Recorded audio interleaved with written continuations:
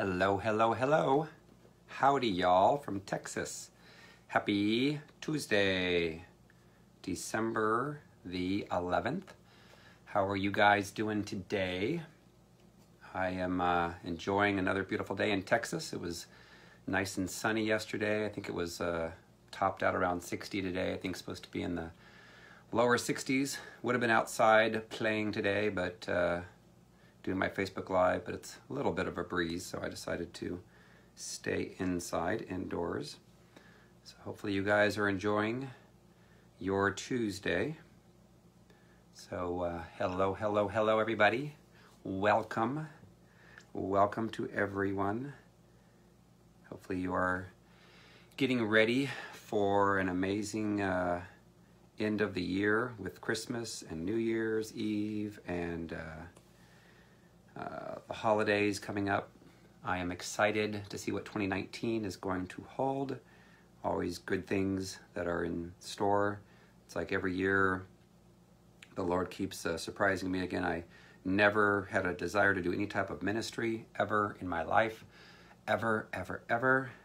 And I just wanted to basically have enough money to be able to retire and have a good life with my kids and family and be able to give back to others as I got older. So anyway, so welcome Michelle from Cleveland and everybody else that is about ready to join, or those that are going to watch it in the future. Let me share this with a couple groups and we will get started. So hello Jane. So yesterday, I always like to talk about what happened the day before.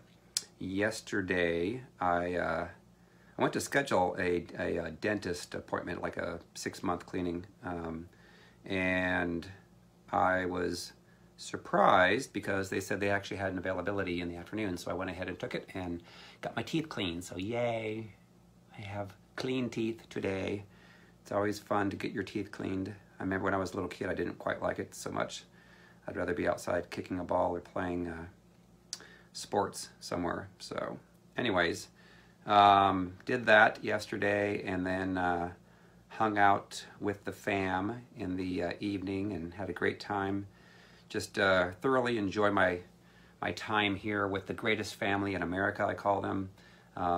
It's neat to be, I loved my kids when they were little and when they were growing up, and we had some challenges in our family with some things that the enemy had done to hurt a couple people, but we worked through it, and I love it. In fact, my daughter and I, Ashley, a lot of people have had me talk about her, and then my sons, Austin and Jordan. I had seen them a couple weeks back and just had a great time. My son, Austin, he's got a great sense of humor. He's funny. I actually had a dream about him this morning where he was like driving on a bike, and I was like following him on a bike, and that we were like before that I was in a barn, like teaching some people and so forth. And I didn't know anything about, what that dream might have meant. I didn't think it meant anything. And then I learned, I guess, apparently barns symbolize like, I don't know, I guess a growing type of ministry or blessings, things like that, favor.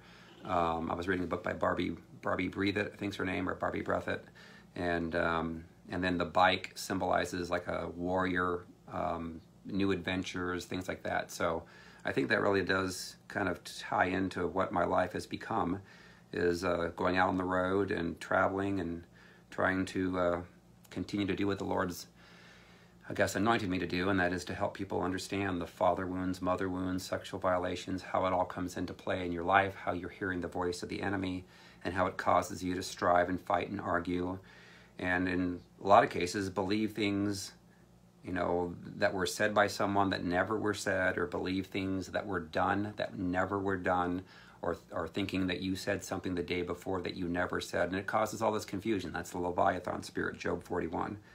So when I share this, it resonates with a lot of people, and the goal, of course, of the ministry is to get people delivered, get them to be at peace, get them to love, get them to be who they are behind, in front of the camera, behind closed doors. Not to be nasty, not to be mean, not to yell at people, not to force people to do what you want, but to love them. unconditionally. So anyway, it's resonating. I get messages every day from people all over the place saying that their marriages were saved, and that's my heart. My heart is to truly help people to be restored from the past pains, and to be able to love on people. So, all righty, I think that's enough today. What else am I going to share? I got the message from my 92-year-old friend, Bob, Mr. Man, from Carmel, that my global entry card arrived today. So yay. Excited about that, so I can start traveling outside the United States without having to have delays and stuff when you're going through airport check lines. And I used to travel a lot in business. I was like a platinum level, which is the highest level you can get on Northwest, for 1 year, which was awesome because I could be in first class like every single time without having to pay for first class. They would automatically upgrade me if they had the ability, and they did that probably 90% of the time. So I really appreciated that. And now I have to start over again because I've been driving a lot. So, so be it. And there's a woman that posted in the Jezebel Ahab Leviathan support group. I'll talk about this. So for those of you that don't know, we have a support group for people who have struggled, oftentimes with spouses or loved ones that deal with the Jezebel Leviathan spirits. People that have been, in a lot of toxic relationships where they've been abused or controlled, manipulated. And that continues to grow. We're almost up to 3,000 people now, and we're very selective of people that can come in. We say no to probably more than half, because you have to answer 3 simple questions. I mean, it's not that hard to get into the group, but obviously we try to keep out anyone that is a true person that's sent by the enemy to try to cause conflicts. So you can search for that group. Just go to Facebook groups and then search for Jezebel. It should be the first one that pops up. I hadn't checked it for a while, but Jezebel, Ahab, it does it in alphabetical order. So if you search for Jezebel, then you should be able to find it relatively close to the top. But it's an offshoot of the ministry Restored to Freedom. And what a lot of people, this woman posted how it felt so much to be loved by the group, like unconditionally loved. She felt so much love, and it made me cry, because I'm like thinking, you know what, this is what it's all about, is to truly love on people, love on those. I have a special heart for those that have been abused, those that have been hurt, those that have been true victims. Now what happens oftentimes is they're victims when they're younger, but then they become the abusers as they get older. And so that's the goal, is to get them healed, get them delivered, so they stop doing that. And so a lot of people, when they come into the Jezebel support group, Jezebel Ahab Leviathan support group, they feel like they've finally found a family that loves them and gets them. We have people that monitor the group to make sure that people that have Jezebel, that have an impure motive, doesn't get in. If they do get in and we see some comments that they make that are confrontational, that are condemning, that are mean, then they're gone. We may have to address it once, and then if they do it again, they're gone. But we can't tolerate that. I will not tolerate that. We're not going to be mean about it, but we are going to be firm about it. So a lot of times when people come into the Jezebel Ahab Leviathan support group, they feel like they've finally found their family for the first time. Hello, Tina from up the road in College Station. Hello, LaFonda from northwest of me in San Angelo. So my Texas peeps, yay, I feel like I'm home. I'm home in Texas, y'all. But a lot of people that are in the support group, the Jezebel Ahab Leviathan support group, it's like the first time they've ever felt unconditional love from people. Because there's a lot of people in the church that have these spirits that are awful to people, that are, it makes you righteously angry. It does. When you have people that are in the church that should know better, that are taking advantage of people that have been hurt already. The Lord does not like that, does not smile upon that whatsoever. He hates that. Proverbs 6:16 through 19. He hates. There's 6 things that he hates. There's 7 things that are an abomination.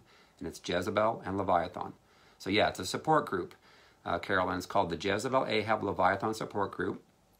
Actually, Tina and I had started this back in like September of last year. The Lord had been on me to start it for several months. And I finally said, okay, let's do it. And so we did it. And it's been growing. Now, it could have been, it could have been twice as big as it is, or maybe 3 times as big probably, because we have said no to more people than yes. So to get into the group, you have to prove worthy of not being Jezebelic or Leviathanic, if that's a word. Because again, if you got a nasty motive and you're trying to come in there and cause strife and stuff, we don't like that. So God doesn't like that. But those that are in there, they feel true, genuine love from the majority of the people. We want to help people. We want to love on people, and it's like a family that's there for you to support you. A lot of times we have women that are there that are being abused by their husbands. They love their husbands, but the husbands have the spirit and they're very prideful. They will not get delivered. They'll point the finger back at their spouse and never look in the mirror at themselves. And again, that's kind of what I'm talking about today, is when you have pride, ain't nobody can get you delivered. You have to humble yourself. You have to look in the mirror at yourself. And those spirits can be so real because they've been so prevalent on you since you've been young. You hear that familiar voice and you buy into it. And then you end up believing that that is God's voice when it's not. So ultimately, that support group is there to be a true family of unconditional loving people. That's my heart. My heart is to love people. I don't care what a person does to be mean to me or evil to me or lie about me. I will love them no matter what. And I will cry for them oftentimes. I want them delivered more than they do. And that's really sad, when you love a person so much and a person can, say things that never happened or lie about you. And sometimes they really believe it, but oftentimes it's because they're hearing that voice, and that voice is so strong upon them, and they have such a pride level. And then the Lord, sometimes you have to give them over to the Lord and let the Lord make their circumstances become worse. He brings them to the end of themselves. He chastens those that he loves. Sometimes the best thing you can do for a person is give them to God. Take your hands off of it. Have nothing to do with them. It grieves the Holy Spirit. It grieves me. It grieves God for anyone to reject the love that he has. He has for people. He wants them to look in the mirror at themselves if they have these issues. And if they won't do it, then oftentimes he will expose this. He doesn't want to expose it, but he has to in order to save the life. Nobody wants to go to hell, but if the person's operating in Jezebel Leviathan, they're not going to heaven. I don't care what they do in the church today. I don't care how good they look. I don't care how many thousands of people follow them on Facebook.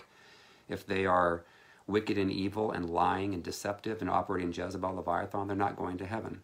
I wrote the book, Pure and Spotless. That talks about that, Matthew 7:21 through 23. Lord, Lord, look at all I've done for you.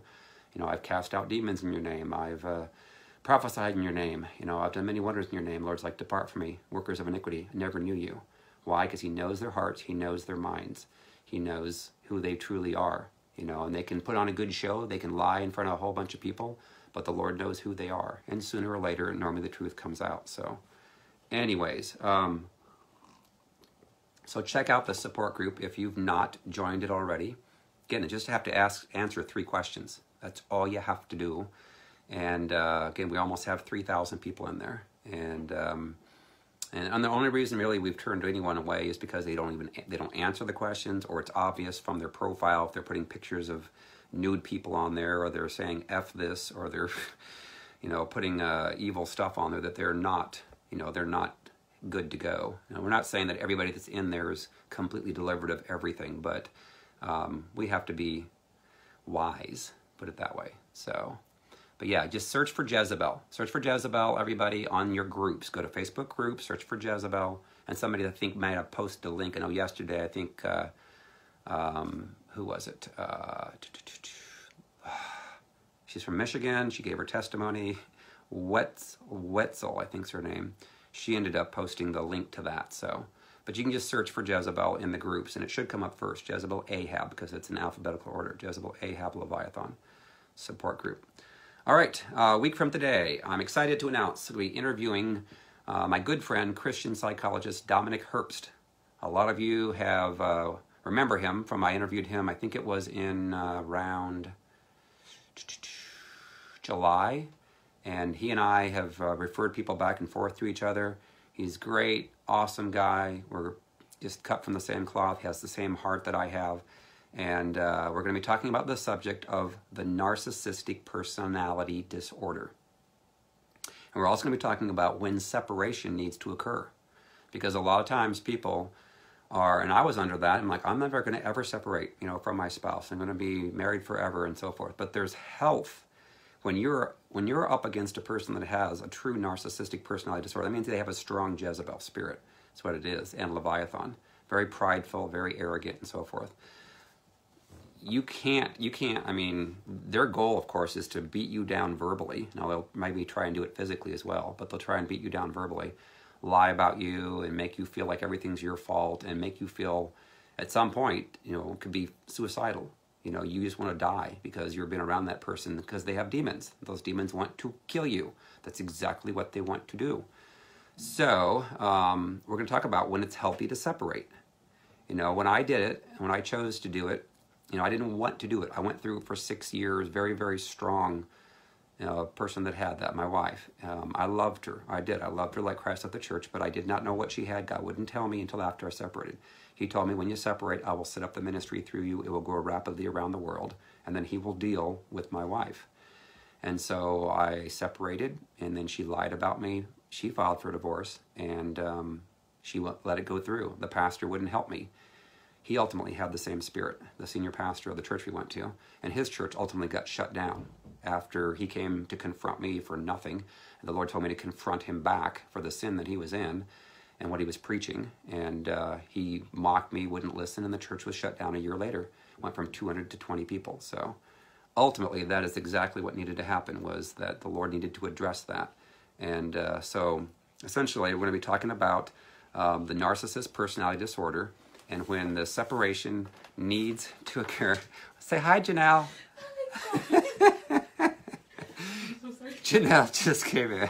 Again, she's the mother of the greatest family in America. So she like knocked quietly at the door, and I was like, oh, is this one of the littles? Is one of the littles sneaking in? Did they skip school today?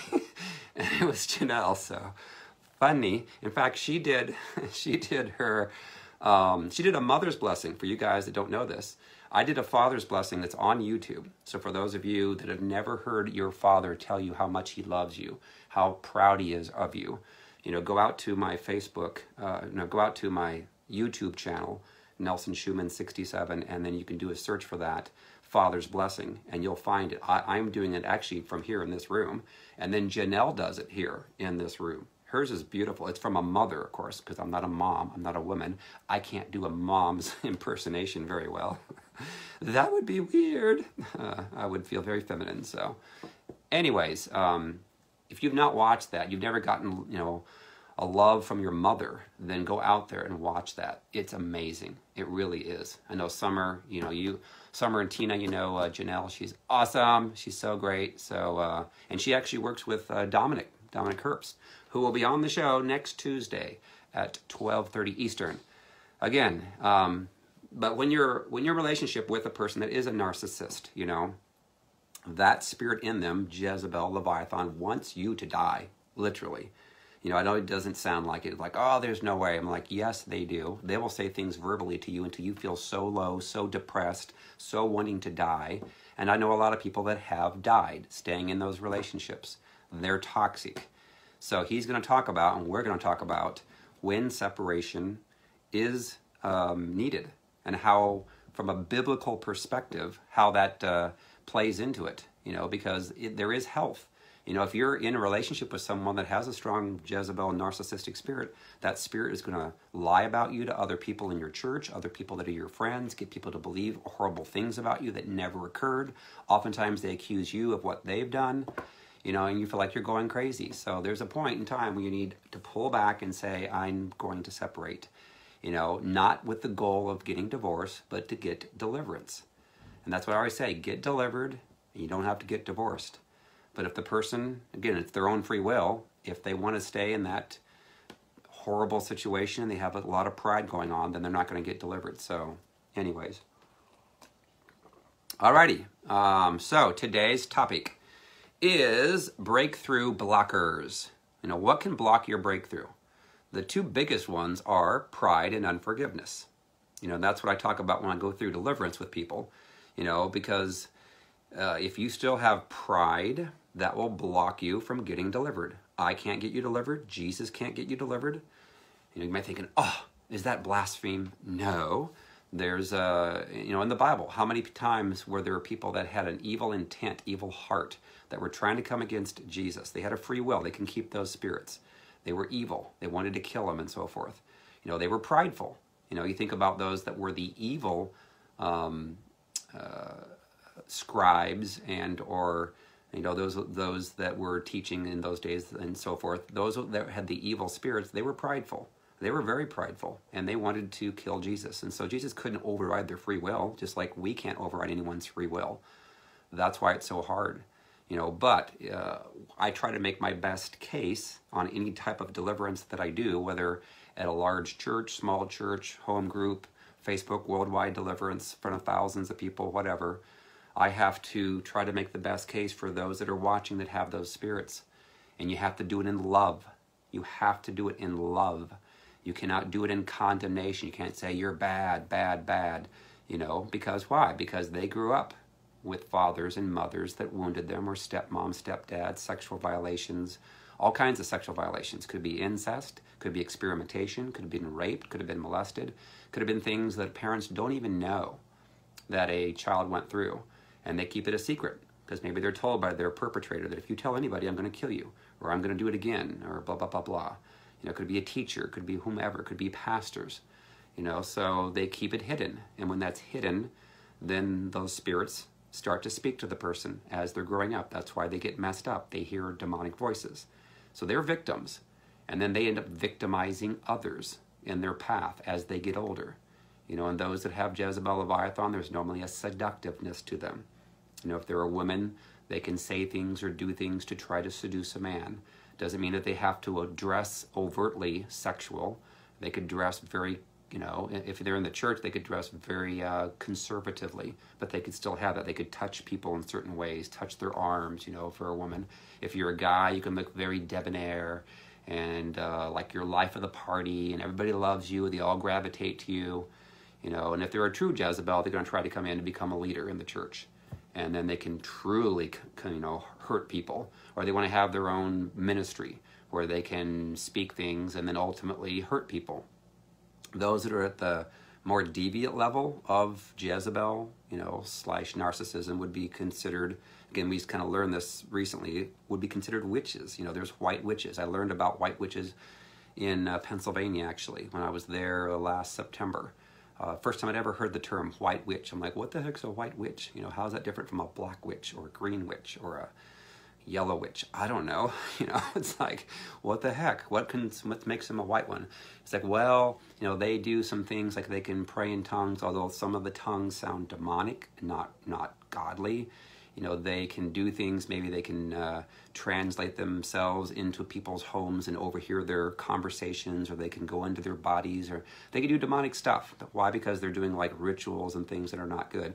But they can be in the church and people don't even know it. They can sound good enough. They could prophesy over people, although some of the prophecies may be off. But, obviously all this stuff ties into that will block a person getting delivered if they have pride and unforgiveness. It will hurt your relationships.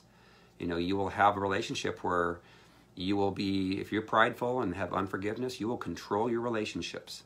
You may act all sweet and nice for a certain period of time, especially if you're around the person. The more you're around the person prior to, say you're going to get married to a person, it's beneficial to be around them as much as you can, before, because that spirit really has a hard time. I mean, the person has a hard time hiding that spirit, so it will come out over maybe a few weeks or maybe even months. But if you're with them a lot of time, 12, 13 hours a day, then it's hard for that person to not keep it in. It just comes out to manifest. And so it will harm people's relationships, obviously. And if you have a casual relationship with someone, maybe you don't see them very often, they can hide it much longer.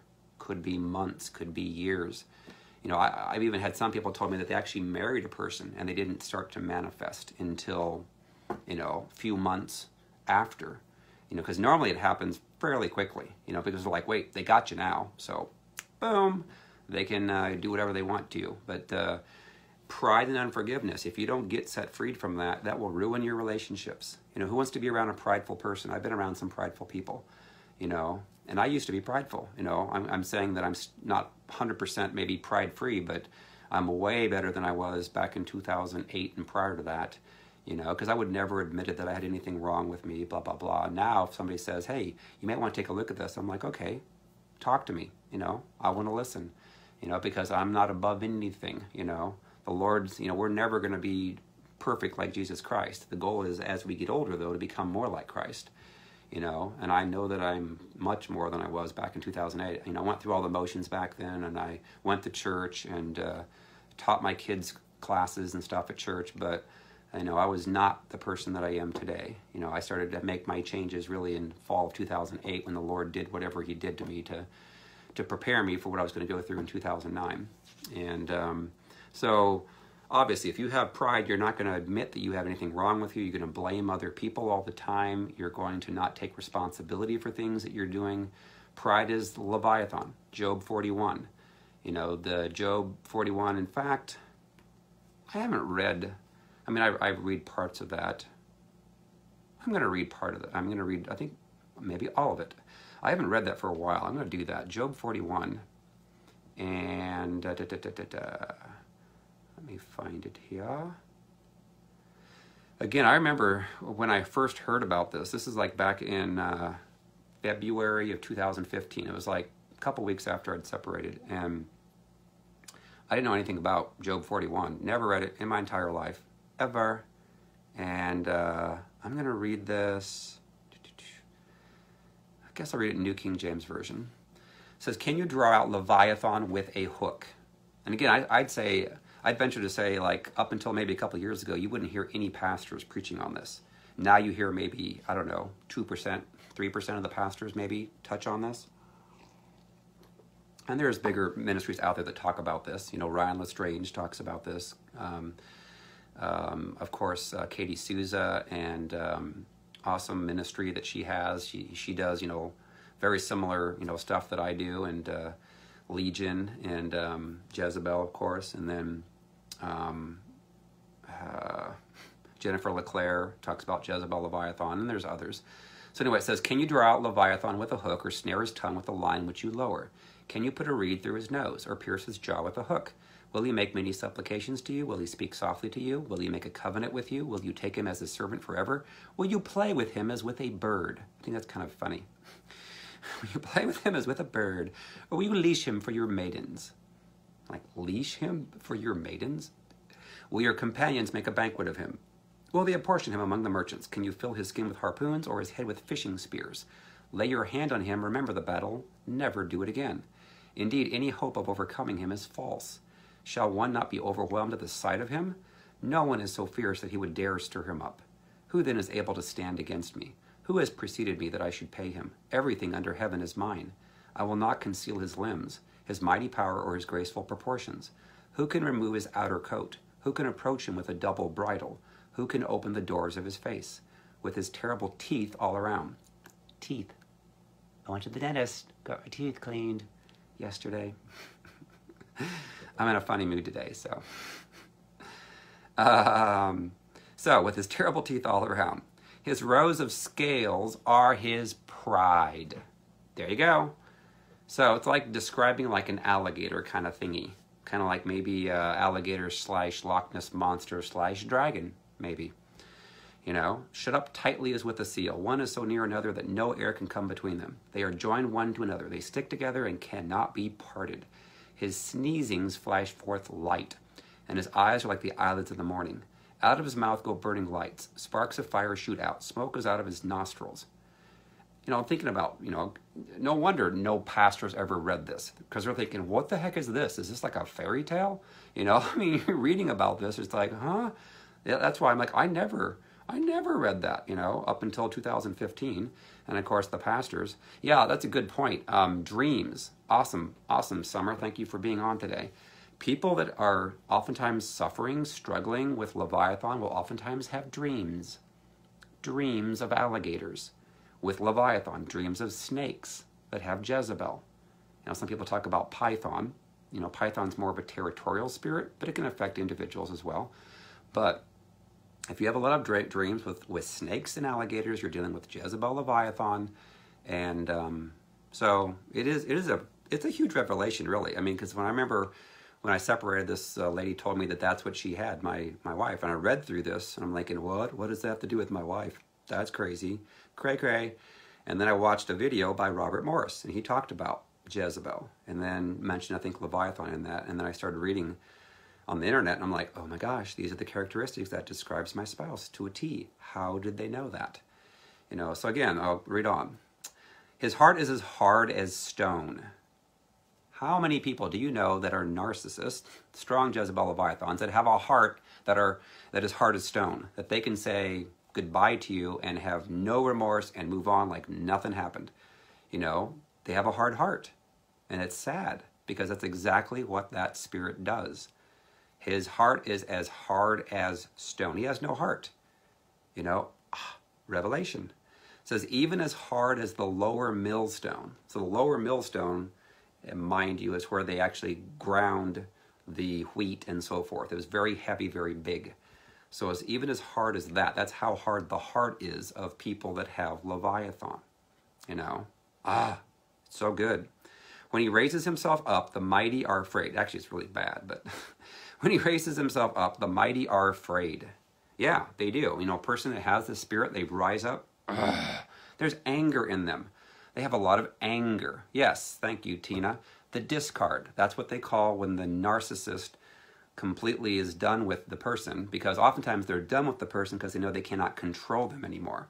And so when they can't control them, and that person's not going to be an easy passive Ahab, they're going to stand up and say, I see something here that's not good. Then they will discard, and they will simply move on. That's what it's called in the narcissistic psychological terms. So when he raises himself up, the mighty are afraid. Why? Because they get all angry, and they want to take it out on you. Because of his crashings, they are beside themselves. Though the sword reaches him, it cannot avail, nor does spear, dart, or javelin. He regards iron as straw, and bronze as rotten wood. The arrow cannot make him flee. Sling stones become like stubble to him. Darts are regarded as straw. He laughs at the threat of javelins. Javelins? Yeah, javelins. His undersides are like sharp potsherds. Potsherds are basically the pots that were like ceramic pots that were broken. You know, and they can find these, you know, all over, I guess, Israel and so forth. You know, I have not looked for them when I wasn't in Israel. I was there for like, I don't know, 10 days or something back in 2009. But a potsherd is like very sharp. So his undersides are like that. He spreads pointed marks in the mire. He makes the deep boil like a pot. He makes the sea like a pot of ointment. He leaves a shining wake behind him. And I think that's kind of symbolic. The wake that they leave behind them. How many times do you know a person that is operating in Leviathan and or Jezebel? Again, if you have Jezebel, you always have Leviathan. 100% of the time. Comes with the territory. But how many times do they leave a shining wake behind them? You know, which means how many people's hearts have they hurt? Because that spirit's in them. How many times do they have relationships that have been broken? You know, that they don't want to take any responsibility for, that they want to blame on everybody else. They leave a wake behind them. You know, I've never even known this before. I never even thought of this before until right now. So it's like the Holy Spirit's revealing more stuff to me, which is kind of cool, but that's true. They leave a wake behind them. How many relationships have been broken? You know, they may have been married, you know, a couple of times, or they may have had relationships where they've been engaged, you know, a couple of times, whatever. They leave a wake behind them. I never even thought about that before. So anyways, one would think the deep had white hair. On earth there is nothing like him, which is made without fear. Well, they fear. That's the whole crux of it. They fear themselves. That's how they get Jezebel, Leviathan. And then that causes them to make others fear them. You know, that's how it comes in, the trauma. Trauma from a father, from a mother, from sexual violations, step-parents, a myriad of ways of traumas that can come on a person. And it causes them to get fear, and then that's how the enemy enters, is through that fear of the trauma. That's how it all starts. You can't have Jezebel Leviathan if you were loved unconditionally by your mommy and your daddy, and you were never violated sexually. You know, it's really hard, you know, to get that. Now, you could have a grandmother, you could have some grandfathers involved in Freemasons that can come down the bloodline to some degree, but your default will not be Jezebel Leviathan. So the last verse says it all, and again, I always normally point that out exclusively when I'm doing a deliverance. It says, he beholds every high thing. He is king over all the children of pride. So I'm going to change this. Go to the NIV version. It says, it looks down on all that are haughty. How many times do you know a person that has Leviathan that is very haughty? it looks down. So I was just talking the other day with a guy who had told me he went out with a lady. First time they ever went out on a date. And she was very disrespectful to the waitress and was condescending in her tones and actions to that lady. You know, I don't like that. You know, God doesn't like that. You know, anyone that is haughty, anyone that's prideful, no, not good. Not good at all. To the point that he hates it. He hates that. So I'm going to go to Proverbs 6:16. It says, these 6 things the Lord hates. Yes, 7 are an abomination to him. A proud look. So if you're prideful, if you're proud, then unfortunately, Lord hates that. Hates it. Okay, you have a question, Kathy. How do you find the mother's blessings? Go out to YouTube. Go out to Nelson Schuman 67 on YouTube. And then you can search for mother's blessing. And you'll find it. It's Janelle. That's one of the greatest moms in the world. I'll give her that title. But she's very, very loving and has 4 kids, and her and her husband. So that's where you find it. So these 6 things, it says, Proverbs 6:16 through 19. These 6 things the Lord hates. Yes, 7 are an abomination to him. A proud look. He hates pride. He hates a proud look. I've been around people that are prideful, and it's not fun. It's not fun. You know, I used to be very prideful, but the Lord humbled me. And oftentimes, what does the process entail to get a person from being prideful to humble? You know, there's sometimes that you cannot say anything to a prideful person, and then, you can't confront them and say, hey, I'm sensing you got some pride there. You know, they'll hate you more, and they'll beat you up maybe, and curse you, or do witchcraft on you, you know? So it's like you can't oftentimes do anything about that. And there's a lot of spouses that are married to people, and my heart goes out to them because it's very sad, very painful to watch them go through this. So what you have to do oftentimes is give them to God. You have to back away from them. You know, if someone asks you, specific details, you have to be honest. You can't be lying. But the thing is, the problem with the Leviathan, with the prideful person, is that they will lie. They will make stuff up and make people believe it, and then you will believe the lie. And you may never understand what the truth is. And they'll live in that lie. So the Lord will oftentimes bring about the circumstances in their life to become worse. It says in Revelations 2:18-23, it says that he'll put Jezebel on a sickbed and kill her children, which are those that she teaches. So he will oftentimes bring sickness upon them. And now there's also the transverse, where people that are white witches doing witchcraft will curse people, and it's real. People can feel that stuff. Now we've done prayers to, we've released that where people can break that off, and it's working. People are getting healed instantly, delivered, from lethargy and tiredness and headaches and what else do they do? Nausea, things like that. So, but the Lord will, eventually at some point, he gives them time to repent. It says that, and he may bring a person into their life to speak to them, and the person may love them and show them love of Christ, and then they reject it, and then they end up lying about the person. Well, the Lord may end up putting them on a sickbed themselves, or he may end up causing circumstances to make life even harder, more difficult, more challenging. Why? Because he wants them to get rid of that spirit of pride, that Leviathan spirit, because ultimately they keep that. They're not going to go to heaven. And people that know them have felt the wrath, like it talked about here, the swath of the wake. People have felt that, people that have gotten close enough to them, or they've gotten angry at them, or being very mean to them, or said things about them that aren't true. So 6 things the Lord hates, 7 are abomination. A proud look. And then it says after that, a lying tongue. So pride really goes with lying. Lying is not good. Lying, of course, is what the enemy does, and it's a part of the spirit of Jezebel and really Leviathan, both demons. Hands that shed innocent blood, a heart that devises wicked plans, feet that are swift in running to evil, a false witness who speaks lies. We see that all the time with people that have Jezebel, Leviathan, narcissists. They speak lies. They get people to believe a lie, and then they turn people against a good person. And one who sows discord among brethren. So, anyways, I wasn't going to go there, but the Holy Spirit took me there, so. Cool. So, breakthrough blockers include pride. We talked about pride. And then unforgiveness. And again, it affects relationships, your healings. If you've got pride and you got hatred towards someone, unforgiveness, you've taken an offense, then that's going to block your healings in many cases. I've seen it. That's why when I did my healing rooms, I started them up in October 2015, back in Noblesville, Indiana, at an Assemblies of God church. And the Lord had me take people through deliverance every single time. Every single time. Because who grew up with a great dad and mom and a great grandma, great grandpa, didn't have sexual violations? Very, very few. I mean, I'm sure there's some that are out there, but there are way more people that needed to go through the deliverance before they could get the healings. So it's really important.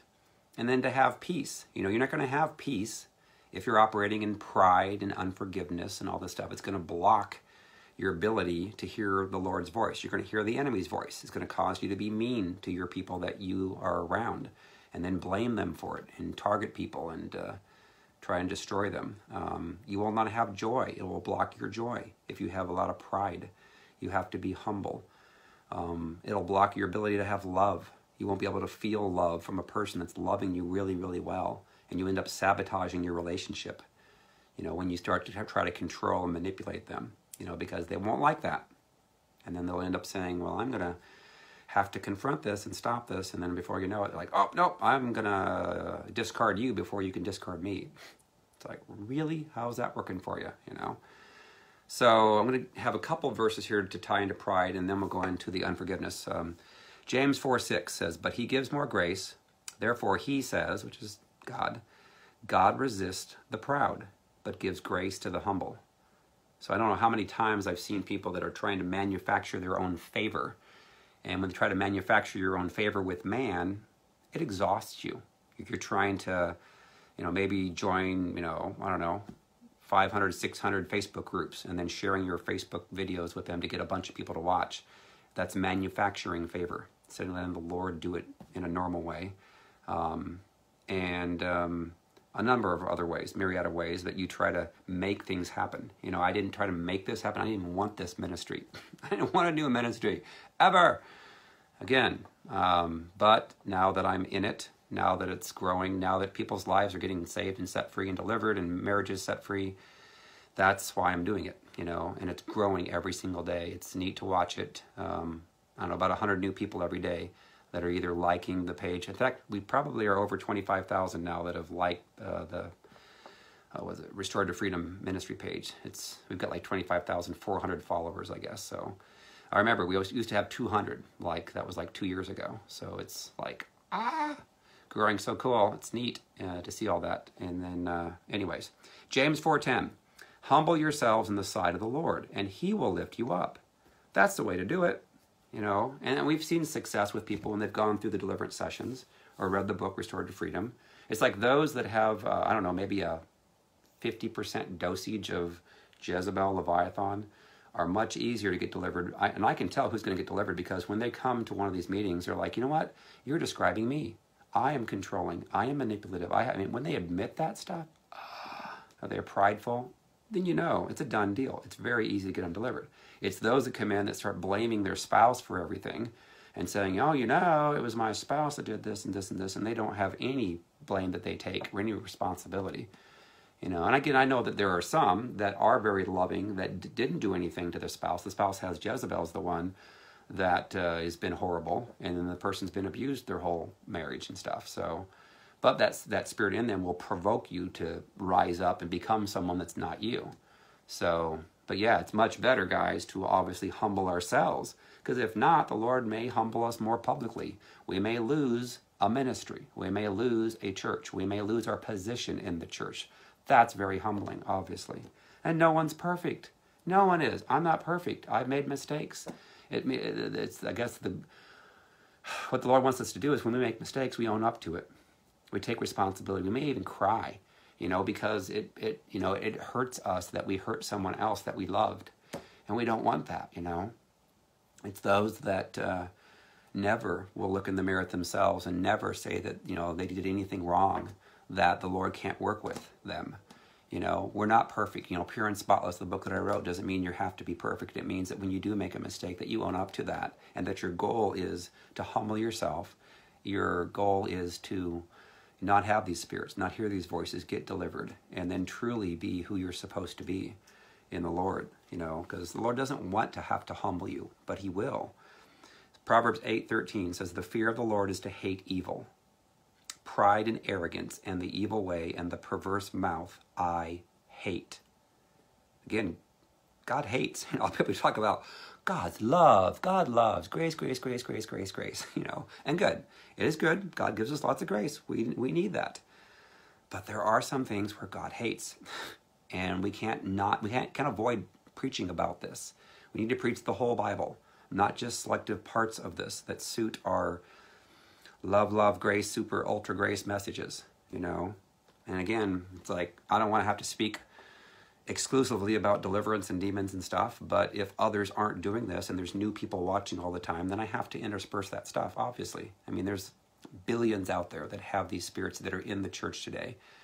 And so it's an uphill battle. The enemy doesn't want this to get out there. So, but again, the fear of the Lord is to hate evil. Pride and arrogance and the evil way and the perverse mouth I hate. God said that. Isaiah 2:12, for the day of the Lord of hosts shall come upon everything proud and lofty, upon everything lifted up, and it shall be brought low. And again, we already read Proverbs 6:16 through 19, where it says, a proud look, or an abomination to him. He hates that. He hates pride. You know, I don't think you can tell a person that has pride versus the one that doesn't. You can kind of see it in their face, their eyes, their, you know, the way they talk, their attitudes. You know, they come across as kind of a prima donna if they come out and do ministry or whatever. They got to have everything perfect or they get mad at you. You know, I hope I never, ever, if I ever do that to anybody, smack me, you know, throw water in my face. You know, wake me up, shake me up, you know, because I do not want to ever do that. That's not cool. All right, now forgiveness. Forgiveness, isn't that a song? I think it is, forgiveness. So unforgiveness. So what is unforgiveness? Obviously, unforgiveness is when someone has done something to you and the enemy keeps bringing it up to you. And you keep remembering it, and you keep hating that person, and you have anger towards them. I always say, how do you know if you've forgiven a person? Well, if they were to walk in the room right now, where you're at, and come up to you, and look you in the face, like really close, what would you do to them? Would you punch them? Would you smack them? Or would you hug them? Could you give them a kiss? You know, I can honestly say, I can hug anyone that's done anything to me that has hurt me. And I can give them a kiss. And that'd be kind of weird, you know, if they were a guy maybe, but kiss on the cheek. And, you know, even a girl, you know, kiss them on the cheek, whatever. Give them a hug, you know. I know some people that are watching right now that are so loving, so caring, so forgiving. And people have hurt them, you know. And the Lord loves their heart because they are so loving and giving and it's amazing, you know, this one particular person, very, very loving, and I was just blown away, you know. So it's really amazing to watch people that have this love of and forgiveness, you know. And again, if a person does something wrong to you and they don't own up to it and they won't admit it and they treat you like crap, doesn't mean that you're going to go back to them every single day and thank you, ma'am, may I have another? Thank you, sir, may I get smacked again? No. It means you got to protect yourself at that point. You know, the Lord doesn't want you to be abused. You know, if the person takes ownership for that and does what's right and makes amends, then that's what you're supposed to do. And then, obviously, but there are times, obviously, that a person, maybe your dad or your mom or your spouse, your ex-spouse, won't ever take responsibility. You still have to forgive them. Because it says in Matthew 6:14 through 15, for if you forgive men their trespasses, your heavenly Father will also forgive you. But if you do not forgive men their trespasses, neither will your Father forgive your trespasses. So if that's the case, then that means the enemy will still have a legal right to continue to speak to you in your mind. You'll continue to be tormented, and you continue to have broken relationships because of the unforgiveness that you have. You'll hear the voice of the enemy, and you will not be able to discern it. And it'll cause you to take an offense, and you'll continue to take an offense. I say that those that struggle with the stronger Jezebel Leviathan spirits take an offense at the drop of a hat over anything and everything, and then they offend people at the drop of a hat. all day long, and they expect you to take it. And those are really hard people, to love. And you don't really want to be around them. If a person does something to hurt you and you address it with them, they should be willing to say, I'm sorry, and apologize, and not do that again. And if they don't, and they're not willing to, then the Lord will normally have you forgive them and walk away and have nothing to do with them until the Lord maybe humbles them and realizes they realize what they did. But again, if you have pride, if you have unforgiveness, that's going to block your ability to have the breakthroughs that you're looking for in your life. There's a lot of times I have counseled people in the past. I'm trying to do less of that because I've become more busy. But invariably, when a person has the pride and unforgiveness, and I try to address it as gently as I can, if I see that they still have the pride, because pride can take a while to get delivered from. Just because people hear one of my deliverance sessions, we do see a good percentage of people get delivered instantly. That's a miracle. That's a flat-out miracle. But there's a lot that don't. They have to take longer because they're still dealing with hearing the voices of the enemy saying, you don't have this spirit. You're not that way. Or Nelson's off his rocker. Christians can't have demons, blah, blah, blah. I'm like, really? Have you seen the church? Have you been to the church? Have you seen the people in the church? All these relationships that have been broken and all these divorces. It's just, so anyways, I can tell if they're going to get delivered or not. I can see people in the audience if I'm speaking and they're rolling their eyes and they're not paying attention and they're just going through the motions. And it grieves me, grieves the Lord, grieves the Holy Spirit, but at least it's planted the seed at that point. Then it's up to them to have the Holy Spirit keep speaking to them, saying, you know what, you need to listen to that again. And this time with more of an open mind, because you do have pride. How many of us have ever prayed, Lord, humble me, humble me. Do that now, Lord, humble me. Humble me. If there's anything in me of pride, I don't want it. Show me this. Not many people want to be humbled, obviously. Who wants that? You could be really, exposed, whatever. So ultimately, but offense, if you take an offense, that will block, obviously, deliverance. Jealousy, anger, gossip, all this stuff is the enemy speaking to us. But the two biggest blockers that I have seen to anyone getting delivered and anyone getting breakthroughs is pride and unforgiveness. And it's hard sometimes, like if you're in a church environment, because you have other people there looking at you and you're embarrassed to want to admit this. That's why I think it's kind of cool the way the Lord's been doing my own ministry is through Facebook as well as through YouTube now, thanks to Tina. Awesome, Tina Marie Kirkpatrick, kudos.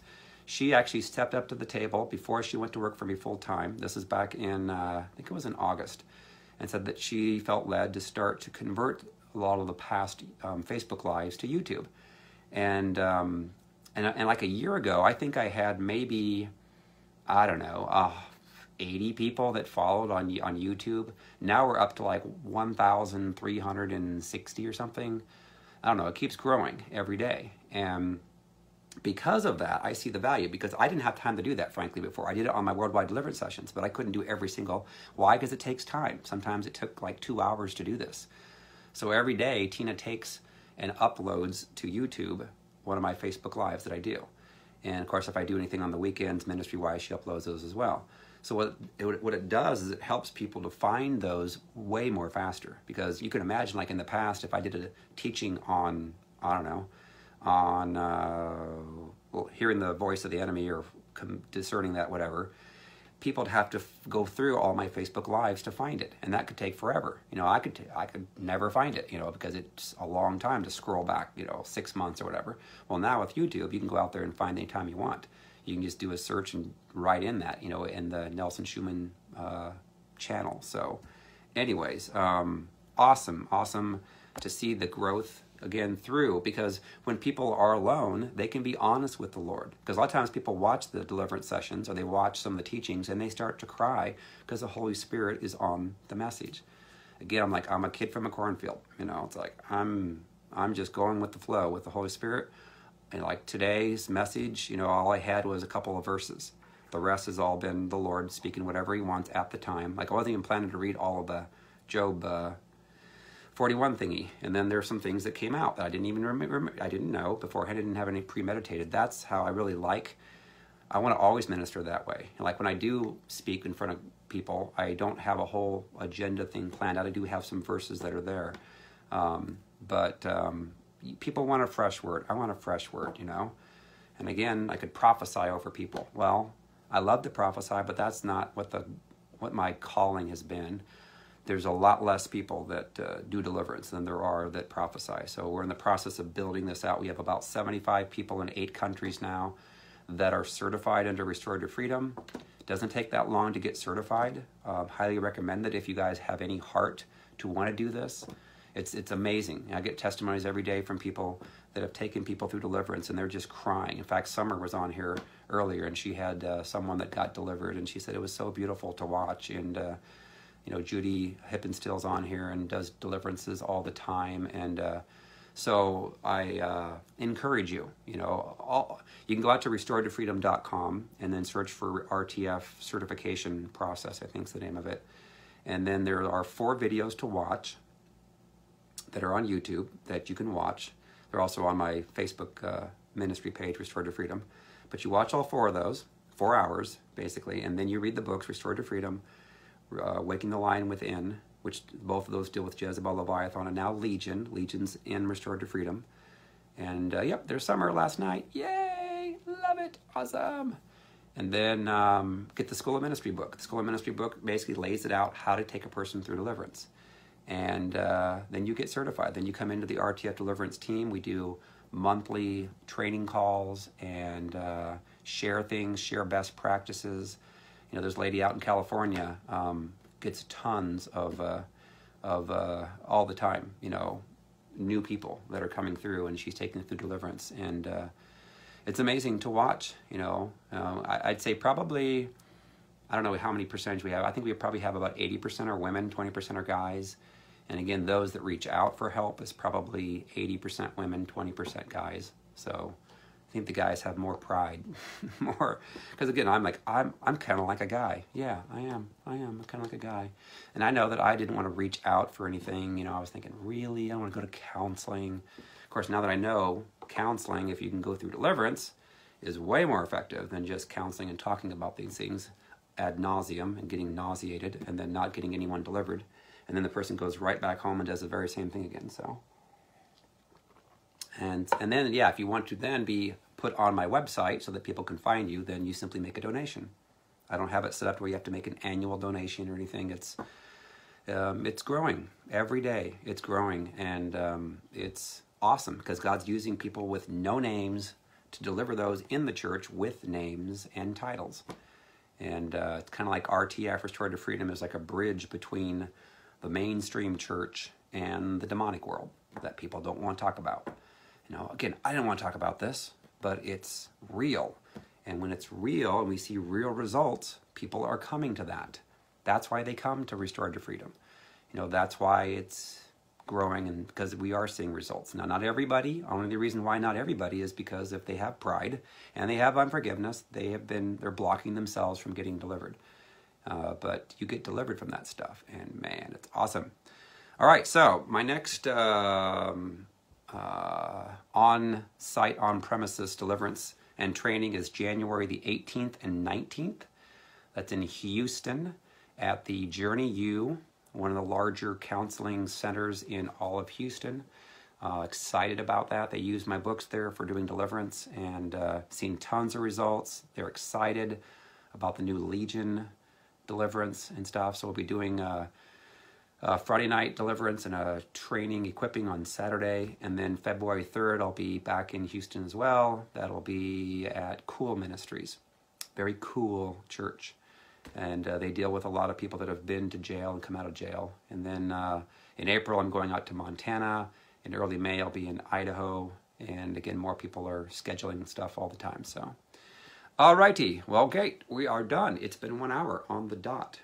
So, love you guys, praying for you guys, and keep on, keeping your peace on, keeping your discernment on, your awareness on, and helping others to understand that if they are still sick and angry and controlling and manipulative and prideful and all that stuff, they need deliverance.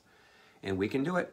We can do it as painless as possible. We can do it as normal as possible, not weird, nobody vomiting, nobody having dragons come in their face, nobody, sometimes you can feel the spirits lift off your back, it unwraps from the spine, that's kind of cool. You might yawn, you might burp, but we refuse to allow people to vomit and to do gross things, so no slithering like snakes and stuff like that, so anyway.